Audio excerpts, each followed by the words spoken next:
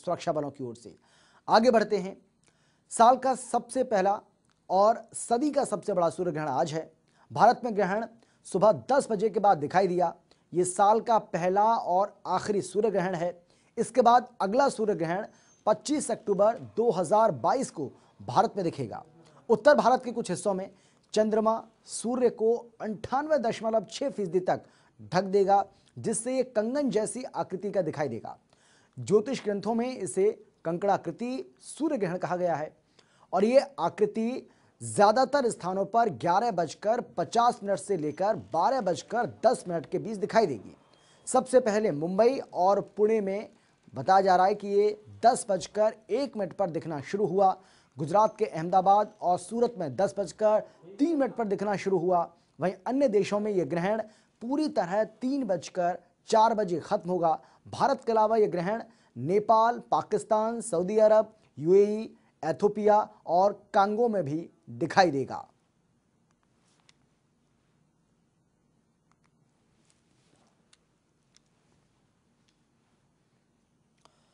तो आज साल का पहला सूर्य ग्रहण है, जिसकी तस्वीरें आपको हम दिखा रहे हैं। ये अलग अलग इलाकों से, अलग अलग जगहों से जो तस्वीरें सामने आई हैं वो आपको हम यहाँ पर दिखा रहे हैं। आप देख सकते हैं किस तरीके से दिन में ही अंधेरा कई जगह पर हो गया।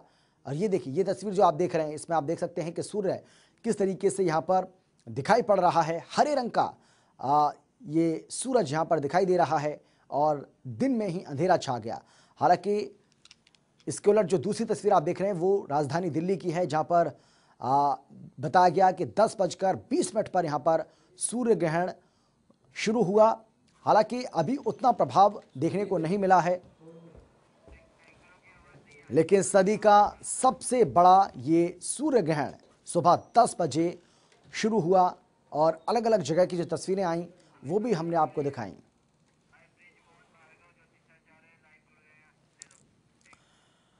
और चलिए, इसी पर बातचीत के लिए, ज्यादा जानकारी के लिए हमारे साथ जुड़ गए हैं ज्योतिषाचार्य बृजमोहन भार्गव जी। बृजमोहन भार्गव जी, आपका बहुत बहुत स्वागत है जनता टीवी पर।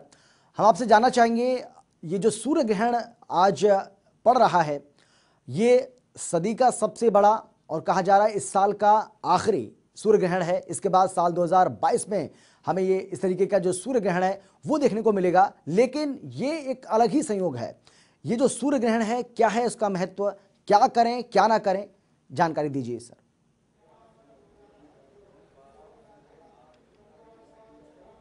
जी देखिए, ये जो सूर्य ग्रहण आज के दिन घटित हुआ है, ये घटित हुआ है विशेषकर मिथुन राशि के अंदर। मिथुन राशि के अंदर इस समय में 4 ग्रह विराजमान है, जिसमें के सूर्य, चंद्र, बुध और राहु, ये 4 ग्रह इकट्ठे एक राशि में विद्यमान हैं जो मिथुन राशि है। तो मिथुन राशि से रिलेटेड जो भी जातक होंगे उनको सबसे ज़्यादा कष्ट इसके अंदर भुगतना पड़ेगा। दूसरे, हमारे जो गुरु हैं देवगुरु बृहस्पति, वो हमारे इस समय मकर नीच राशि में, शनि वक्री हो है साथ में, उसके साथ में चल रहे हैं। तो इस वजह से क्या होगा कि जो हमारे सैन्य अधिकारी हैं उनको बहुत ही कष्ट झेलना पड़ेगा।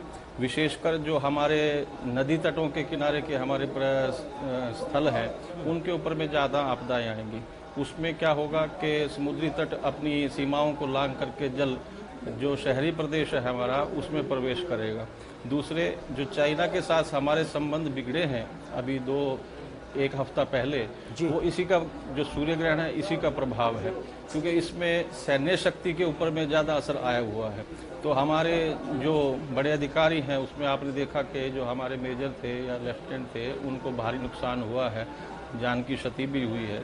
तो ये सब इस सूर्य ग्रहण का ही प्रभाव रहा है। भूमि के ऊपर में इसका विशेषकर अगर कोरोना को लेकर के देखा जाए तो राहु जो है वो हमारे किसी भी जो भी हमारे ये रोगाणु होते हैं उनको प्रेजेंट करता है। तो राहु की वजह से ये चीज़ सारी की सारी हो रही है। तो अनुमान ये है कि ग्रहण के 40 दिन तक ये अपने पीक पर आ जाएगा, और पीक पर आने की वजह से कि इसका आंकड़ा बराबर का हो जाएगा कि जितने पेशेंट ठीक होंगे उतने ही रोगाणी हमारे अस्पतालों में उसमें पहुंचते रहेंगे, और इस प्रकार से जाकर के 40 दिन तक अपना विशेष प्रभाव दिखाएगा। कुरुक्षेत्र इसका केंद्र है, इसलिए सबसे ज़्यादा प्रभाव जो है कुरुक्षेत्र के अंदर में इसका दिखाई देगा, क्योंकि कंकणाकृति में दिखाई दिया है ये कि चंद्रमा ने सूर्य को पूर्ण रूप से ना कह करके कि लगभग कोई 85% के करीब सूर्य को ढक लिया, जिससे एक कंगन की आकृति में हमें सूर्य दिखाई दिया।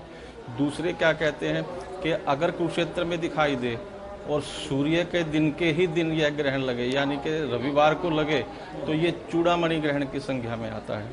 तीसरे, महाभारत काल के पश्चात यह पहला सूर्य ग्रहण घटित हुआ है जो हमें दिखाई दिया है, क्योंकि उस समय में जब आप देखेंगे कि जयद्रथ का वध किया गया तो भगवान ने अपने चक्र से सूर्य को ढक दिया था। तो उस समय में घटना घटित हुई थी कि सूर्य पूर्ण रूप से ढक गया था। और आज के समय में भी सूर्य को आपने देखा होगा, मध्याह्न काल जो 12 बजे का समय था हमारा, उस समय में सूर्य ढक गया था पूर्णतः रूप से। तो ये उस काल के बाद में अब ये काल में घटित हुई है खगोलीय घटना। तो लगभग इसको देखा जाए तो 5,500 वर्ष के बाद में ये घटना घटित हुई है। तो विभिन्न राशियों पे इसका प्रभाव पड़ेगा। उसमें जो हम देखें तो मेष राशि के अंदर में धन लाभ ये देगा।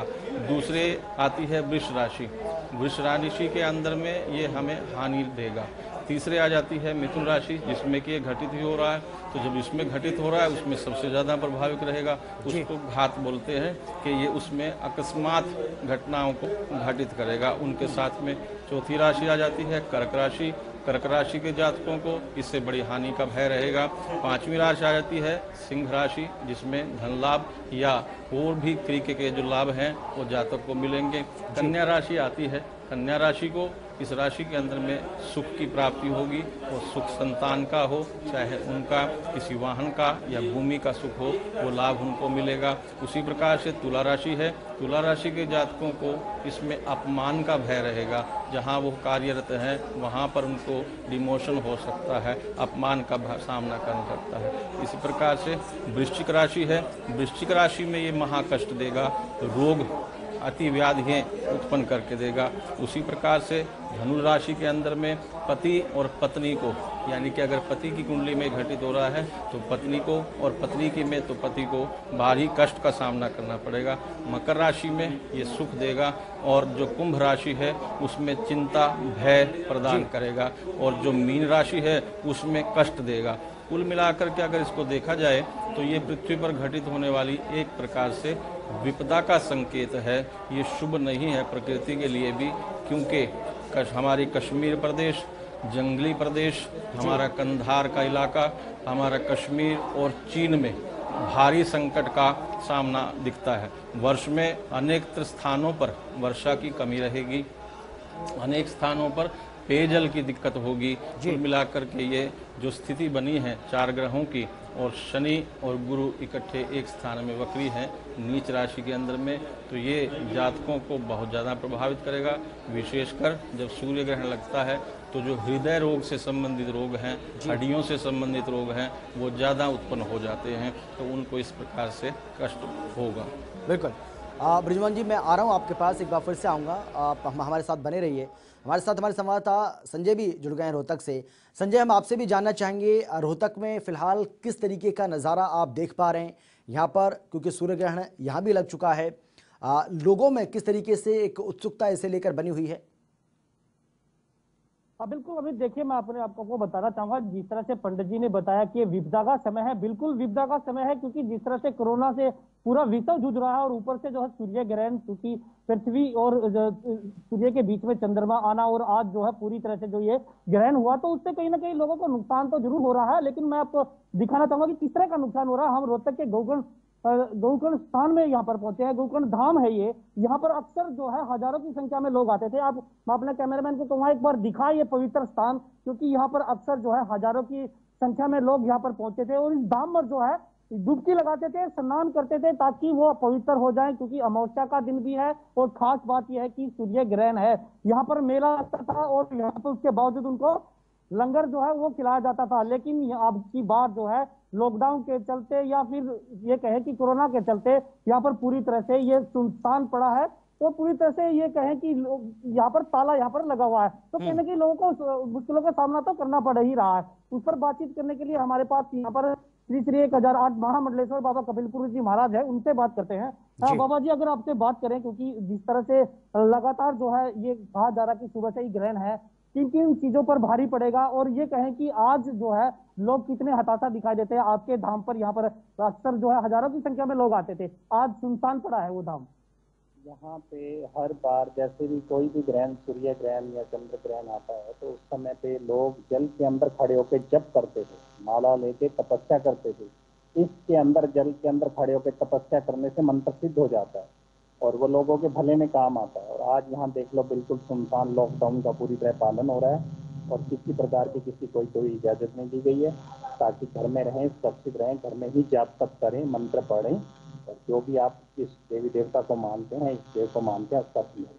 बिल्कुल घर पर ही ले। लेकिन बाबा जी, अगर बात करें हम, क्योंकि लगातार जो कई सालों से यहाँ पर लोग जो है स्नान करने के लिए आते थे, अक्सर जो है सूर्य ग्रहण हो या फिर चंद्रमा ग्रहण हो या फिर अमावस्या का दिन हो, आज जो है दोनों ही है, सूर्य ग्रहण भी है और अमावस्या का दिन भी है, तो ये कहें कि ये जो सुनसान पड़ा ये इलाका जो है, ये गौकर्ण धाम जिस तरह से सुनसान पड़ा है, क्या लगता है कि कहीं ना कहीं ये चिंता का विषय, लोगों पर विपदा तो नहीं? लोगों पे विपदा तो इतनी भारी आई है, ये कोरोना जो आज की डेट में इतना भयंकर संकट देश के ऊपर, विदेशों के अंदर चल रहा है, इससे जूझ रही है दुनिया। देखो, घर से बाहर निकलना डर लगता है, सामने वाले को कोई दिक्कत ना हो तो हमें भी ना हो जाए। इस चीज़ का पालन करने के लिए 2 गज की दूरी बनाए रखने के लिए हाथ में सैनिटाइजर का इस्तेमाल करें और सबको मिलने से पहले दूर से ही नमस्कार करें, प्रणाम करें। यहाँ डेरे पे भी यही रूल फॉलो हो रहे हैं, जो जो सरकार की गाइडलाइन आई है उसी के अकॉर्डिंग हम चल रहे हैं। बिल्कुल, कोरोना को लेकर पूरी गाइडलाइन यहाँ पर देखी जा रही है, पूरी एहतियात के तौर पर पूरी सावधानियां बरती जाती है। लेकिन जिस तरह से सूर्य ग्रहण है और आपने देखा कि एक बार तो अंधेरा सा छा गया था, क्या लगता था कि लोगों को एक बार ये लगता था कि पूरी तरह से अंधेरा हो गया है, रात का समय, जिस तरह से रात का समय होता है, लाइटें जलने लगी थी, क्या लगता है? लाइटों की जरूरत पड़ी है, बाहर फिर भी थोड़ी बहुत रोशनी थी। जब सूर्य ग्रहण होता है तो ग्रहण को जब चंद्रमा ढक लेता है ना, तो अपने आप प्रकाश कम हो जाता है। तो ये ग्रहण का मीनिंग यही होता है, जब आगे कोई चीज अड़ जाती है, चंद्र उसे ढक रहा है, तो इसलिए वो थोड़ी सी रोशनी में फर्क पड़ जाता है सूर्य। बिल्कुल बाबा जी, लेकिन किन किन राशि पर अगर बात करें हम, किन राशि पर जो लोग राशि के लोग हैं, उनको किन पर भारी पड़ेगा ये जो आज का जो मेन तो इसमें होता है, गर्भवती महिलाओं को सावधानी बरतनी होती है, जिसके अंदर उसमें सुई में धागा नहीं पिरो सकते, वो चक्कू कैंची का इस्तेमाल नहीं कर सकते और सीधे बैठ के पूजा कर सकते हैं। ताकि ग्रह तो देखो सबके लिए भारी है, जब तब पाठ पूजा से ही इसका छुटकारा हो सकता है और इससे मुक्ति मिल सकती है।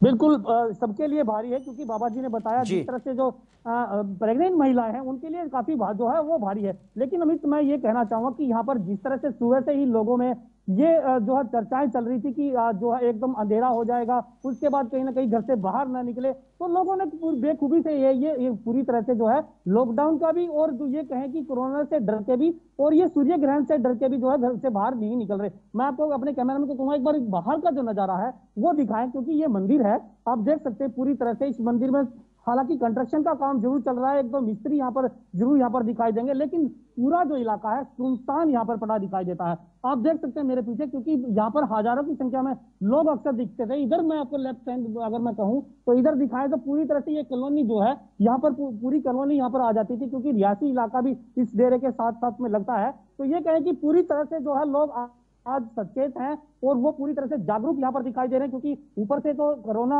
और ऊपर से जो है ये सूर्य ग्रहण कहीं ना कहीं लोगों को डबल मार जो है वो झेलनी पड़ रही है। तो ऐसे में कहीं ना कहीं सावधान जो है लोग वो दिखाई देते हैं। उस पर और बातचीत करते हैं बाबा जी से, क्योंकि बाबा जी देखिए हर साल सूर्य ग्रहण लगता था, किस तरह के प्रबंध यहाँ पर किए जाते थे गौकर्ण धाम की अगर बात करें? शासन प्रशासन की तरफ से बड़ी अच्छी व्यवस्थाएं की जाती थी, यहाँ बहुत सख्त और तैनात होते थे और महिला पुलिस और दुनिया भर के जो अपने होते हैं अलग अलग सेवा दल यहाँ लगते थे, लोगों को रास्ता दिखाने के लिए, लोगों को स्नान कराने के लिए और उनको तुरंत बाहर करने के लिए स्नान के बाद। लेकिन अब तो समय ही बदल गया, तो बिल्कुल समय बदल गया। लेकिन अगर भजन कीर्तन की बात करें, क्योंकि जिस तरह से सूर्य ग्रहण है, लोगों में ये आस्था है कि भजन कीर्तन करने से, भगवान का नाम लेने से जो है ये कष्ट टल जाता है, तो क्या लगता था कि अब की बार जो है लोगों में कुछ ऐसा दिखाई नहीं दिया कि कहीं भजन कीर्तन, क्योंकि खासकर कोरोना भजन कीर्तन इसलिए नहीं किया जा रहा क्योंकि प्रशासन की तरफ से गाइडलाइन है, आप कहीं इकट्ठे नहीं हो सकते, किसी म्यूजिक का इस्तेमाल नहीं कर सकते, उसके अकॉर्डिंग ही सिमरन करना है, चुपचाप बैठ के करना है और घर में ही करना है।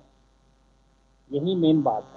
बिल्कुल। तो देखिए अभी पूरी तरह से जो लोग वो जी। जागरूक दिखाई देते हैं, हालांकि डेरे के संचालक भी यही कहते हैं कि अगर सिमरन करना है, भगवान का नाम लेना है तो घर पर बैठकर ही रहिए, क्योंकि ये बिल्कुल। टेस्ट का समय है। इस टेस्ट को दूर करने के लिए सिर्फ आप भगवान का नाम ले सकते हैं, भगवान से प्रार्थना कर सकते हैं। लेकिन हाल ये दिखा रहा है कि यहाँ पर जो अक्सर हजारों की संख्या में, मैं अपना कैमरा को कहूंगा कि बार फिर दिखाइए पूरे पवित्र धाम, क्योंकि यहाँ पर जो है अक्सर हजारों की संख्या में लोग आते थे, लेकिन यहाँ पर सुनसान जो है वो पड़ा दिखाई देता है। अब की बात जो है पानी भी यहाँ पर जो है दोबारा नहीं डाला गया, क्योंकि इससे पहले जो है हर साल पानी बदला जाता है, लगातार पानी बदला जाता है। और ये पवित्र धाम वो पवित्र धाम है जिसकी एक गाथा जो है बहुत पुरानी है, इसकी जो गाथा, क्योंकि यहाँ पर इस पवित्र धाम की अगर गाथा की बात करूं तो बाबा जी से कुछ बात करेंगे। बाबा जी, अगर इस पवित्र धाम की अगर बात करें तो किस तरह का क्या इसका जो इतिहास रहा है? श्रीमद् भागवत कथा के अंदर गौतम ऋषि का वर्णन आता है 1 अध्याय से 7वें अध्याय तक।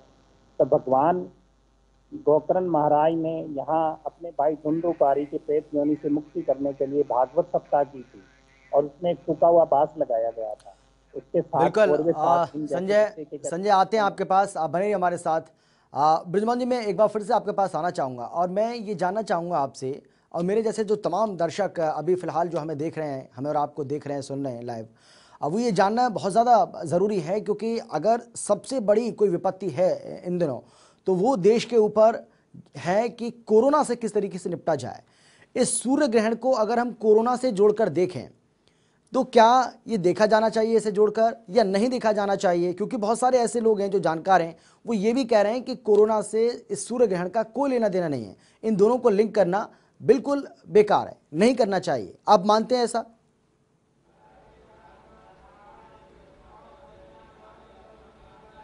ऐसा है जी कि कोरोना को इससे ताल्लुक जरूर आएगा, क्योंकि जो राहु है, राहु ग्रस्ते दिवाकरे, कि जो चीज़ सर्वत्र चमकती दिखाई देती है और उसको राहु आकर के ढक लेता है, एक क्रिया बनती है जिसको सूर्य ग्रहण का नाम दिया जाता है ज्योतिष के अंदर में।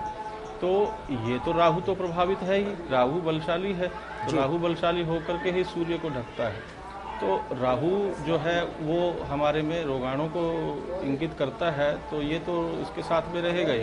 और आपने देखा कि जैसे जैसे हम सूर्य ग्रहण की तिथि की ओर बढ़ रहे थे, उसी दौरान कोरोना के जो केस थे वो देश के अंदर में बढ़कर आए जी।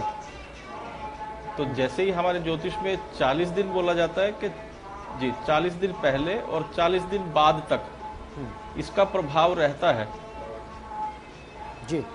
यानी आप ये कह रहे हैं ब्रिजमोहन जी कि तो जब 40 दिन हमारे इसके बाद में पूरे होंगे जी जी, मैं ये जानना चाह रहा था सर आपसे कि क्या आप ये कह रहे हैं कि आने वाले जो 40 दिन और हैं वो भी कोरोना को लेकर खास तौर पर भारी रहने वाले हैं देश के ऊपर, आप ये कह रहे हैं क्या?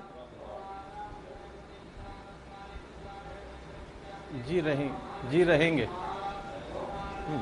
क्योंकि प्राकृतिक आपदा और विपत्ति इससे बढ़ती है, ग्रहण के काल से कम नहीं होती। जी बिल्कुल। और ख़ासतौर पर जब भी सूर्य ग्रहण हो या फिर चंद्र ग्रहण हो, ब्रिजमोहन जी, एक उत्सुकता लोगों में बनी रहती है कि उन्हें इस समय क्या करना चाहिए, क्या नहीं करना चाहिए। अगर इस पर भी थोड़ा सा आप प्रकाश डालें।